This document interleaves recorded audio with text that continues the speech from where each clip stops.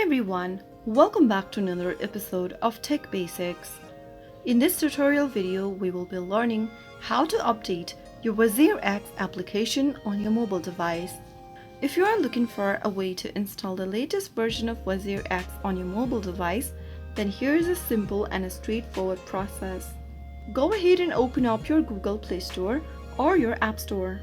In the search box, type in WazirX and search.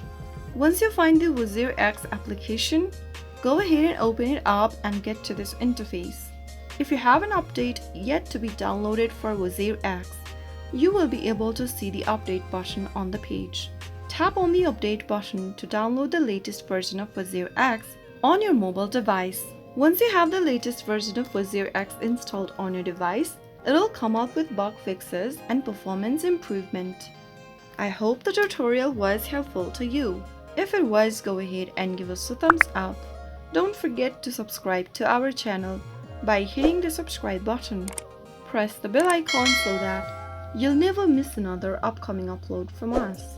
I will see you again in the next video. Thank you for watching.